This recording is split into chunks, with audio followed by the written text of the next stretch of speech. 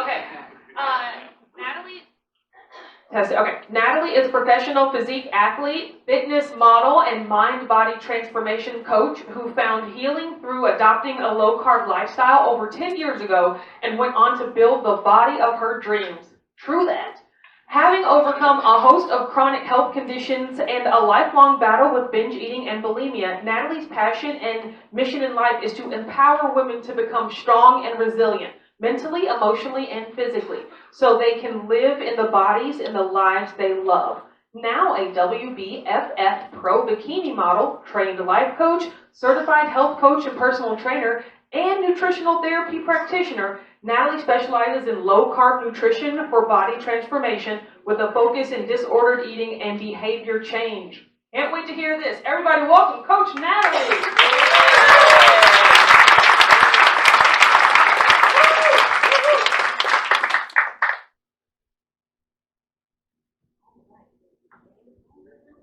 Thank you, Anna. Never without my electrolytes. Well, hello. First of all, before I get started, I just want to thank Debbie and Kathy and Elsa and the whole team for having me here. I just feel terribly, terribly honored and grateful to be among the speakers that you've heard from already and that you will hear from tomorrow. I have looked up to a lot of these people for a very long time. I was fangirling Dr. Sivas the other day. Also, I just want us to give ourselves a round of applause. Everybody in here has worked hard to get to where you are right now. So give yourselves a round of applause. I have truly been inspired already by the stories that I've heard from you. Those of you who are now on the other side of 100 pounds or more, I'm looking around this room and I'm seeing people who look like they might have been fit their entire lives. And that certainly isn't the case. And I say that because this is just one of my favorite quotes my entire life. I was into personal development way before I was into nutrition and fitness. I do not ask to walk smooth paths, nor bear an easy load. I pray for strength and fortitude to climb the rock-strewn road. Give me such courage, and I can scale the hardest peaks alone, not alone, and transform every stumbling block into a stepping stone. That has guided me through the ups and downs of life and this journey. And I say that because if it doesn't challenge you, it doesn't change you. And I'm getting ready to challenge you. There will be a challenge at the end of this talk. I'll be curious to see how many want to take me up on it. All right, so what I was saying about the stories that each one of us in this room have, oh boy. You don't even know the half of it. So let's get some things straight before we get started here today. I am not a 22-year-old bikini model who came out of the womb like this, never had it hard, never had anything happen to me, never had to overcome anything, never was overweight. I've been fit my whole life. This has just been easy, and I'm going to tell you how to get a six-pack. That is not what this conversation is going to be about. We all have our silent demons, and boy, do I have mine. Also, this is not a before and after story. This that you see in front of you right now is not the after picture. I am still on this journey. I'm still fighting for my life every single day. I will be in recovery for the rest of my life. And the moment I allow myself to think I have arrived is when the next cliff that I will fall off arrives. My story has been up and down. I have yo-yoed. I have been at my highest highs, followed by my lowest lows. And I'll tell you, some of those lows were when I was at my lowest weight. I was the lowest I've ever been in my life emotionally. So, this talk is not about how to get six-pack abs. I can work with you if that's a goal of yours.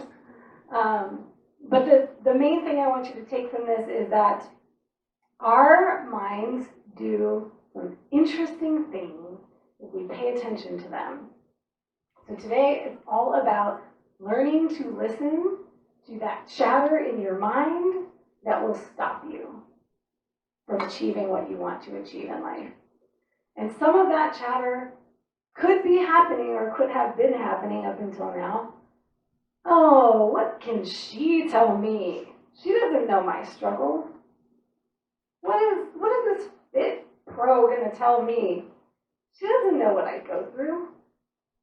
If your mind is doing that, I want to encourage you to just push it to the side, because every single speaker on this cruise is sharing something specifically for you.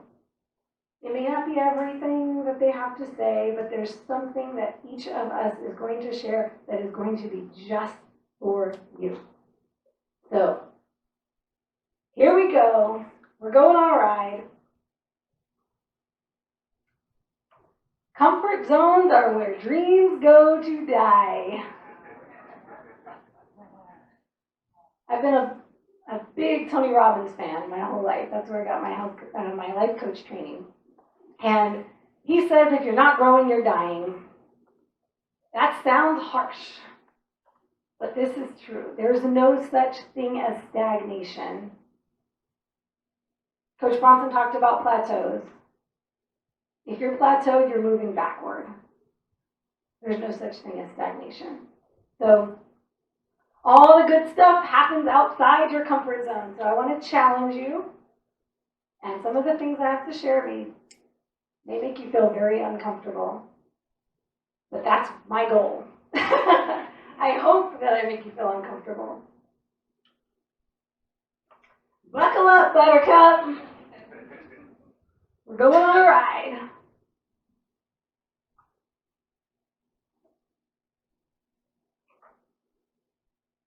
Who's in control of your life?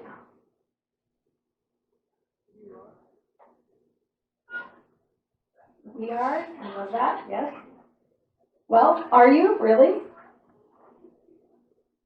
I have always been a very spiritual person. Grew up Catholic, very religious and spiritual and all the things. Woo-woo, if you want to call it that. I like to say that I have a higher power and that He's in control. Jesus takes the wheel sometimes, right? I want to be in control. And I want to believe that I'm putting my trust in my Creator. But that's not true. For much of my life, I let the bottom picture control me. I was a slave to food. And I don't even really want to call it food, because let's be real, that's not food. Maybe the pizza toppings. Right? How many stacked up some crusts on this cruise so far? All right. What's between those buns is food, right? But the rest of that is not food. That's a drug. That was my drug. That still is my drug.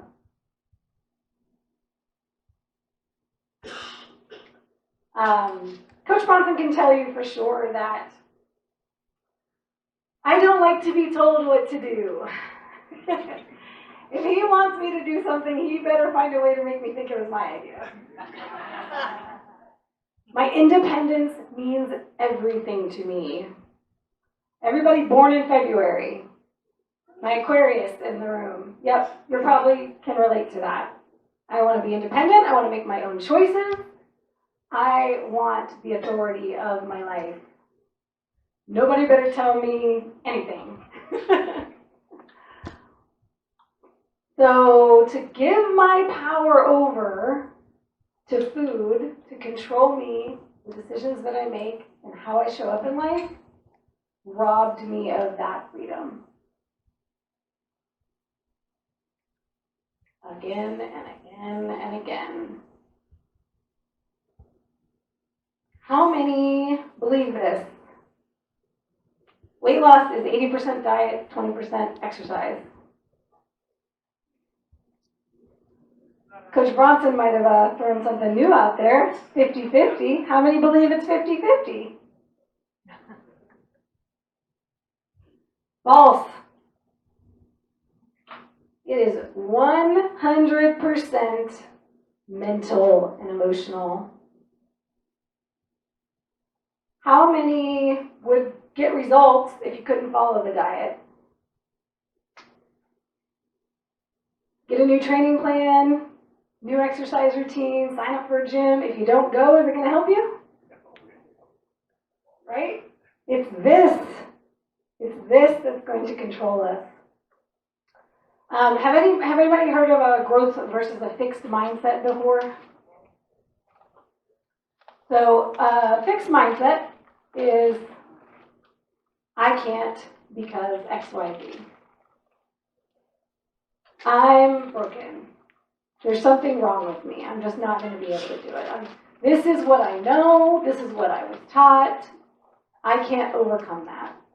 The I can't versus I can, right? Growth mindset. Failure is not fatal. Challenges help me grow. Looking for the growth and the opportunities rather than the limitations. And boy, are we going to talk about limitations. How many have ever heard of what a limiting belief is? Yes, I got a few personal development gurus in here as well. So our habits come from our beliefs. And all a belief is a thought repeated over and over and over again for long enough that it becomes ingrained in us, what we believe. So the first part of this talk, not your fault, is because it's not who you are, it's what you learned. And if you learned it, you can unlearn it. You can learn something new. So let's talk about why it's not your fault, right? We live in a society that praises indulgence. This ship is a great example of that. Right? I mean, you could just walk and see nothing but food, and once again, not food, everywhere you turn. At the pools, you've got drinks flowing everywhere, alcohol, indulgence, and it's everywhere in our society, right? You can't go into the grocery store and get your groceries for the week without walking past all of the displayed sweets. There's always some special occasion that needs to be commemorated with sweets every day of the year. If we've lived in a keto society, how many of us would just be successful? We would never have to think about it, right? Wouldn't it be nice if everything around us all the time was keto? Here you've had to ask some questions, right? Food as entertainment. This is a limiting belief. This is the belief we learned from the society we live in. Food is entertainment. If I'm going to have fun, there's always going to be food involved or an alcoholic drink. I was very attached to alcohol. Thought for sure I could never give up my cocktails. Now I might have a drink once a year. It just doesn't mean anything to me anymore. It makes me feel like crap. I spend the whole next day with a headache. Not part of my quality of life. Food as celebration. Every family gathering. Where does everybody hang out? Oh yeah.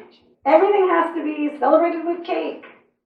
All these desserts for Christmas. All of these recipes.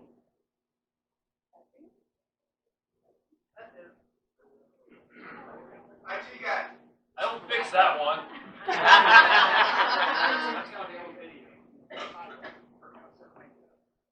Testing, testing. All right.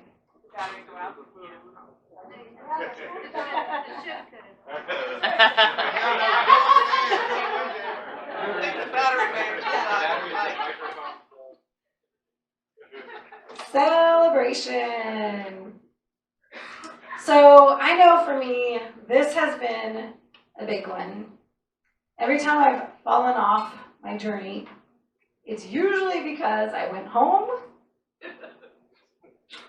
and they had all the things and they're still praising the sweets. The sweets was my struggle. Everybody has like their vice, right? It's always been the sweets for me. I've never met a sweet I didn't love. Honestly, between you and me, don't tell anyone, I was nervous about coming on this cruise. Like I said, this journey is not over for me. I'm still in the fight, still battling every day. Thank God I have a partner who is amazing, who sees my vision, who's going in the same direction. And as some of you have had to battle with partners that were not supportive, I'm so grateful for that man. Keeps me on my toes. He said, I'll stay with you every second of the ship, on the ship if you need me to. Sweet.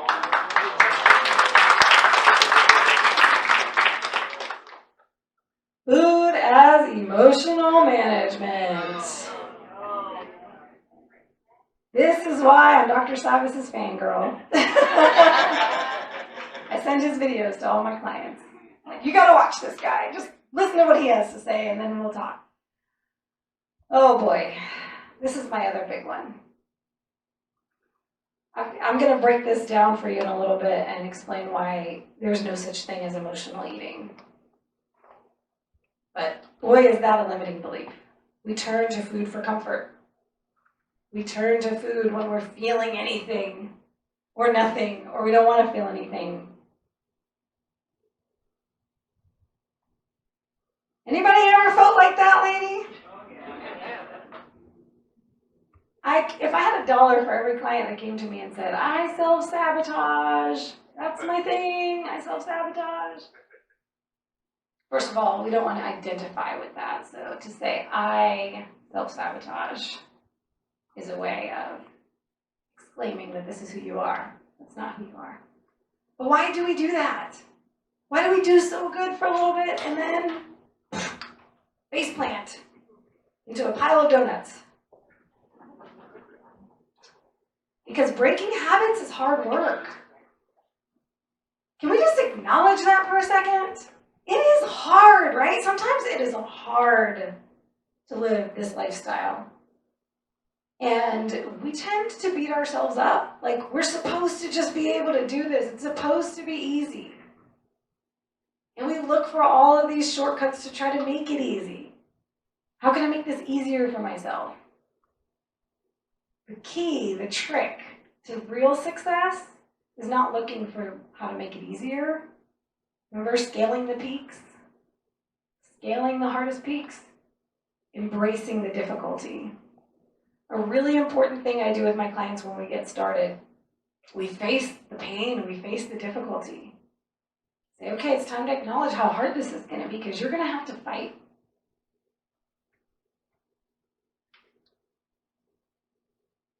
It's a very, very key, important piece so that we don't move forward with blinders on, and the minute something comes in to throw us off, we don't know what to do because we didn't prepare for it. We didn't prepare for the hardship.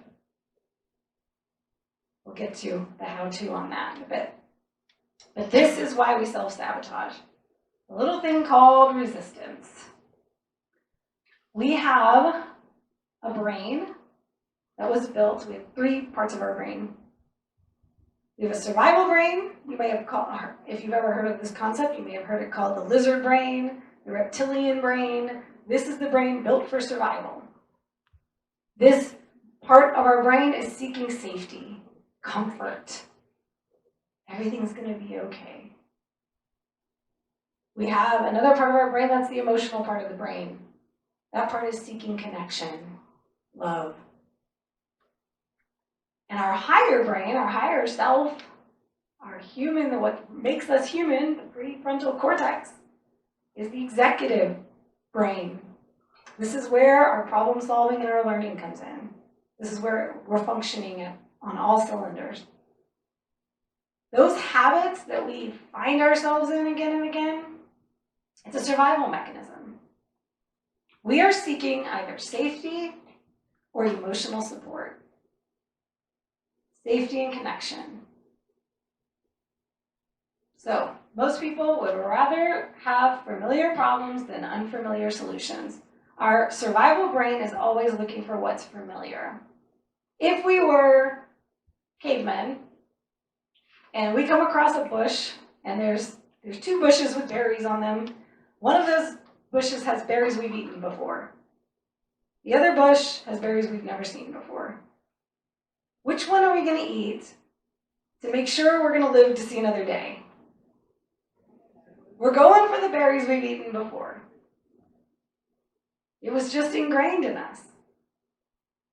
So, when we default back into these habits, these are long-standing. It took your entire life to form these habits. Sometimes generationally. What makes us think we're going to break them in 30 days? 21 days to form a new habit. That's bullshit. Sorry, not sorry. It doesn't take 21 days. It's going to take a lot longer than 21 days. Your brain is fighting against you to keep you stuck. Because that's comfortable. That's familiar. Remember, this is not about comfort today. We're talking about getting uncomfortable. So the way that we break the bad habits, the habit patterns, we have to retrain our minds. Retrain the brain. 100% it is your thoughts that lead to feelings that will either defeat you or propel you forward.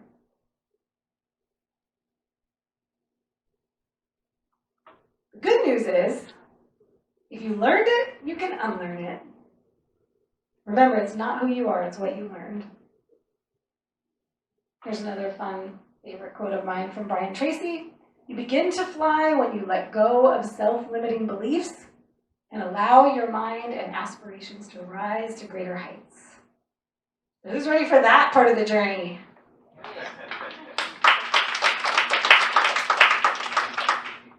All right, then you want responsibility. You just signed up for responsibility. Congratulations. It is not your fault, but it is your responsibility. Nobody's going to go back and do it for you. Nobody's going to go back and train your brain from the beginning so it makes it easy for you. Responsibility, I love this, is the ability to choose your response. Response ability. Your ability to respond, that's all it is. Now that takes something. We have to be aware. Let's just start with awareness.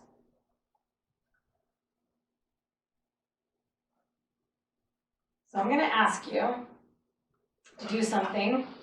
We're taking our power back. Yes. Take your power back. This is what I'm going to ask you to do to take your power back. Take your thoughts hostage. If you take nothing else from this talk, there's one thing I hope you walk away with. And that is, do not ever, for the rest of your life, trust a single thought you think. Never let a thought go by unchecked. By taking responsibility, you are choosing awareness. Every single client of mine, when they've had a setback, and personally myself as well, it was because they let themselves off the hook of checking what was happening up here. I was too tired. I was exhausted. I didn't want to deal with it. I recognized the trigger. I ate the food anyway. I didn't check my thoughts. I didn't take a pause. I was just too tired. We're the parents in the room. How many of you have children? Oh yeah, almost the entire room. All right. So what happens if your kid needs to eat and be bathed? You've had a long day and you're exhausted. You still gotta do it, right? You might have to scream in a pillow. You might have to cry. You might have to do something to let those emotions out. But you're not gonna say, okay, put the kid in the closet, deal with it later. Right? Can't just put them in the closet. We do that with our thoughts all the time. I don't know. Go away. I don't want to deal with you right now. Deal with it later. Let me have this donut first.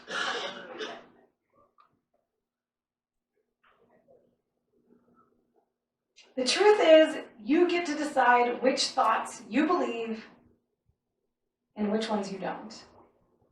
Which ones you let land and which ones you don't. Just like dealing with a difficult family member at a holiday gathering and they make a comment about you that makes you want to punch them in the face. You don't have to receive it. Just because it's said, you don't have to receive it. You sure don't have to believe it. So, the first step in changing your thoughts, first, was taking them hostage. Getting curious. Here's a little exercise you can do for the rest of this trip, or any time really. Just start to get really curious about the thoughts floating around in your head. Try to write down as many thoughts that you have in your day as possible. We don't do that. We don't normally try to think, well, what am I thinking when I don't even realize that I'm thinking? One of my favorite books of all time by Michael Singer is The Untethered Soul. If you really want to go deeper on the idea of observing your thoughts, it's a great read. Kind of a monk. He was a monk. It was all about meditation. And really what all that meditation is sitting down and getting quiet and listening to what's happening between your ears. So the next step is seeking accuracy. Is this true? Get into the habit of asking yourself, once you start to recognize those thoughts, is this true? What evidence do I have that this thought is true? Let's go back to some of those limiting beliefs we talked about before. Food as entertainment. Do you see food in any of those pictures? Do those people look like they're having fun? How many different activities are there on this ship that you can do this week that don't involve food? That would be a great trivia question. Like, how many people can write down as many different things? Who's done karaoke since you've been here? I know Autumn did. Richard, yes. Yep. Water slides, there's a whole lot of fun things out there to do. So this is called a reframe. Coaching, that's like one of our favorite words. The art of the reframe. So food is not entertainment. I can have fun without food. Shifting these things, I'm a big affirmations girl. I love affirmations. And a lot of people say, well, affirmations don't work for me because when I try them, I'm like, that's bullshit, and I just don't listen. There's an art to the affirmations. It needs to connect with you. So don't just go online and look up positive thoughts and say them to yourself in the mirror and feel like a fool. It's all about how it connects for you. So instead of food is entertainment, or I need food to have fun, or I need alcohol to have fun, I can have fun without food. That's what we call a negation. Without. I can have fun without food. So we would shift that to an affirmation. What do you like to do for fun? Anywhere. Hiking. All right, I love that. I have fun hiking. I was a dancer. Still am, I guess. Once a dancer, always a dancer. I have fun dancing. You can brainstorm all the different ways you can have fun without food. Matter of fact, it's the beginning of the summer. It's a great time to come up with a list of fun summer activities you can do that do not revolve around food. When I'm on a prep, which I am right now, I'll be on stage in another 12 and a half weeks, competing in my first Worlds. And I have to have lots of ideas of things that I can do that are fun, that are not food related. Because boy, do my calories get low when I'm getting close to stage. I've gone to theme parks. I mean, I've done all kinds of things during my preps because I just don't want to think about food. Food as celebration. There are a million different ways you can celebrate that promotion, that birthday, that holiday, without food being involved. Come up with a list. How can you celebrate next time? Next time there's something to celebrate in your life. That's a fun challenge as well. You can send me your list. All the ways that you can celebrate without food. Now this is the biggie. This one's a little trickier. I can manage my emotions without food. Remember I said I was going to break down why there's no such thing as emotional eating. When you are eating in response to emotions, you are not eating emotionally. You are avoiding your emotions.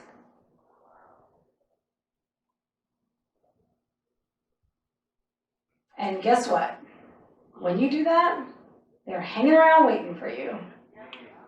They didn't go anywhere. I stopped purging at 19 years old, maybe 20, maybe 21. I was a junior in college. I've been binging and purging on and off since I was 12. 18 years later, 2020, high of my life, I had become pro bodybuilder. All my dreams were coming true. I left my 9 to 5 to become a full-time coach. I was living the dream. I was living alone in a 1-bedroom apartment in the city. It was going to be the best year of my life. I was getting ready to have my pro debut out in LA, work with photographers, become a fitness model, be published. I had it all figured out. I had the biggest relapse of my entire life that year. I spent the rest of 2020 in a deep, dark hole of depression, binging multiple times a day, purging multiple times, stayed up until 6 a.m. in the morning. I tried to make it to midnight because the grocery stores would close at midnight. So I knew if I could just make it to midnight, I won't go get the food. I won't do it again. Every single day I was stuck in the same loop. Wake up in the morning, not the morning because I didn't go to sleep until 6 a.m. So I wake up at 1 p.m. I'm not going to do it today. Today's the day. Today's the day. I'm going to stop. Make it to midnight. 1 o'clock in the morning, 2 o'clock the street, because it was the only thing open. Multiple pints of ice cream later, cookies, everything I could think of.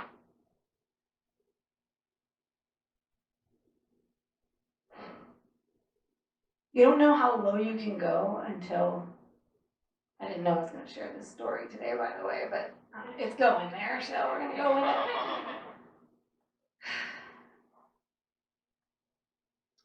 Little trash can in front of the TV. I put the Netflix on, eat all the things, throw up in the trash can. Some nights I went back for more and did it again and again. I was the fittest I'd ever been in my life on the outside. And I was destroying this vessel on the inside. Mentally, emotionally, physically. I had to clean that trash can out because it was full of maggots the next day. Talk about the low. Never thought I'd find myself there. 18 years food sober. Doesn't mean no binges in that time now, but I never thought in a million years that I would ever purge again. This is how important it is to keep the mind hostage. I cannot ever let a thought go by unchecked. I have to remain vigilant the rest of my life.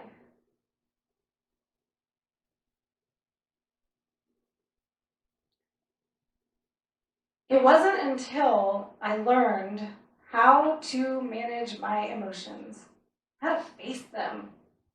You know what that was? That whole year was avoiding feeling.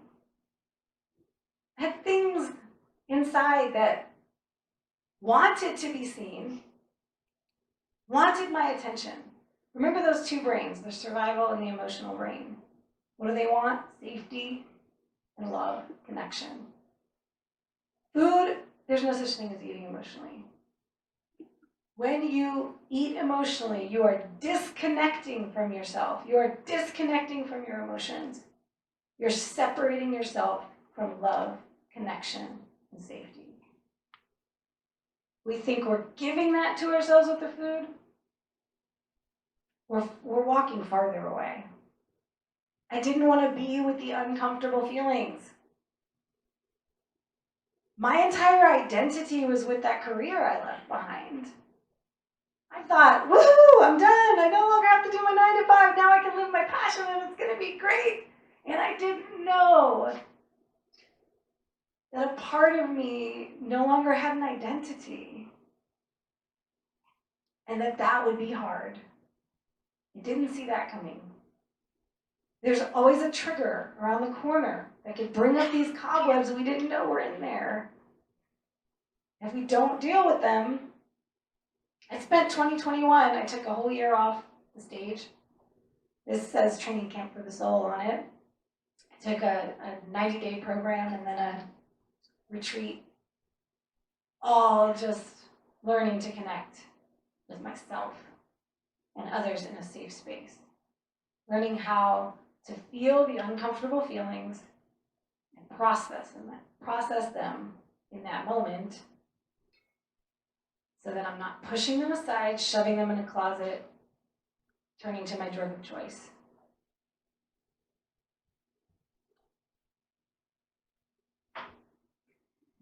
So let's talk about how you can think like an athlete by any means necessary. I use that whenever I'm starting to prep, whenever I have a goal in front of me, which we'll get to in a minute, is always. It's part of that never letting my guard down. So, you guys recognize these guys, I hope? A lot of people look at athletes like this and say, oh, they were born with it. I'm sure you've heard about Jordan and what he had to do to get to where he is. He practiced nonstop. He was not naturally gifted. He didn't just come out with those skills. He had to practice them over time. Brady? I know I got my Bledsoe fan over here. Brady wasn't the number one guy. He wasn't drafted in the first round. He had to prove himself. Arnold, if you know his story, coming here from Austria. Yep. He created the Arnold. Let's talk about identity. So what athletes do differently that gives them the edge to get next level results This was right after I went pro. The year 2019 was the year I was going for my pro card. A lot of people ask me how I got into bodybuilding in the first place. And it was because I had success along my journey. I had healed my chronic conditions. I was living in beautiful, optimal health. And I started fitness. I started getting fit, strong. Somebody planted the seed about competing. I kind of was like, oh, that would be cool. Like, put it in the back burner, think about it later. And then I put about 20 pounds back on. I broke my thumb. I couldn't do the movement stuff I was doing before. I was doing aerial arts, so you can't do that with one arm. Maybe if you're really skilled. But I was house sitting for a friend, and he had a box of Oreos, a whole container, and a gallon bag of gummy bears. And I begged him not to leave that in the house with me when he left. And he just kind of laughed it off. I can't tell you how much I've gotten that in my life. You can afford it. How funny. You overeat. Oh, you binge. Ha ha ha. The word binge has become trivial in our society today. Ha ha, I binged. Ha ha. That stung. Him laughing, that stung, because I knew that it wasn't a laughing matter. A couple days into that trip, it was gone. And that had been the first time since college that I'd had a binge like that. And I was like, okay, I need to do something. I need to put something in place to hold me accountable to my goals. Because I could see that going sideways. So that's what started my competition journey. And there were many, many highs and lows, many falling off the cliffs after shows. And there's nothing like the rebound after a show. A lot of people in the bodybuilding space go through that. You're at your lowest. You've never seen yourself look so good. And then a week after the show, you don't look like that anymore. Those stage pictures that you see of bodybuilders and bikini competitors, that's for one day.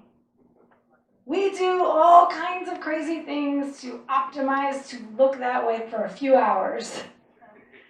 And it doesn't stay for 48 hours.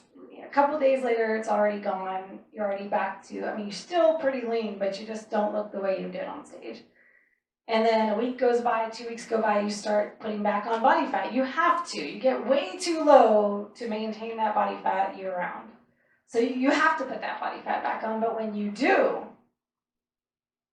it is a mind screw. Because you saw yourself like you never thought you ever would.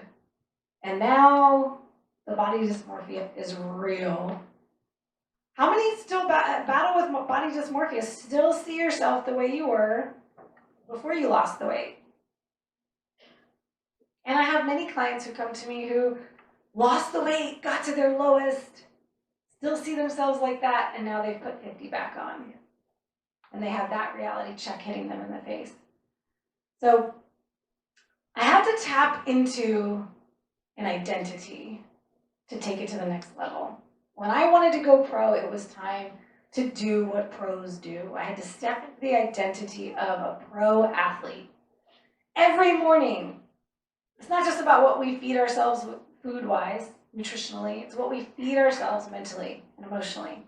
Wake up in the morning, I'd put on a podcast, a YouTube. Oh my gosh, all the YouTubers. Whenever I find myself struggling with keto, I find all my favorite keto personalities, many in this room, and I watch them like nonstop. It's feeding my brain with what I need to retrain my brain to see myself as a pro athlete. Here's some things, some of the practical things that help athletes get that next level result. First, you have to have, before any of these, the vision, right? The identity. Where am I going? Coach Bonson talked about that. Envision what you could be. That can be very difficult. For a lot of my clients, they never even allowed themselves to dream or imagine where they could go. It was always about a number on a scale. But who is that person you want to be? I have a note on my phone that I've used all the last 7 years that I've been doing this. And every single prep, and it's at the top, and it says, who am I? How do I want to show up today? And then I have a scripture, walk in a manner worthy of the calling with which you have been called, from Ephesians. Once I became a coach, it became more than just about me. That became my why. That became part of my identity. That's part of what keeps me pushing forward all the time. I think about my clients. I think about what I'm putting out in the world. How can I preach it and not live it? I want to live in integrity. So the vision comes first. But once that vision's there, always have a goal. Bronson and I have I will wrap it up. Bronson and I have a whiteboard at home. This cruise was on it. We have every date of everything, every appearance we're doing, all the things, my shows, everything we're doing this year. It's not one thing. It's not one vision 20 years later. It's something on the calendar all the time. The athlete always has something on the calendar next to focus on. So, write out your year. Get a coach. All the best athletes in the world have a coach. I have a coach. Why? Because I'm incapable of being objective about myself. I need an external, professional opinion to hold me accountable and hold up the mirror. And the rest, put in the reps. Once you have your plan, trust the process. My favorite phrase, hold the vision, trust the process. Put in the reps. Do the things. And then as we go, analyze and adjust. And this is where it's so important to have that external professional opinion. Because once again, feelings are not facts. I can't analyze based on my feelings. I have to analyze based on facts. Bronson talked a little bit about what some of those metrics are. So you can reference that and make your little list. What can I track? All right. Who's ready to take charge of your life?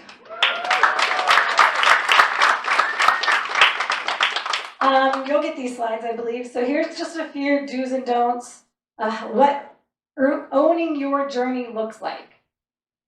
Don't ever shop out your decisions to anyone else. When you're in that dining hall, ask questions.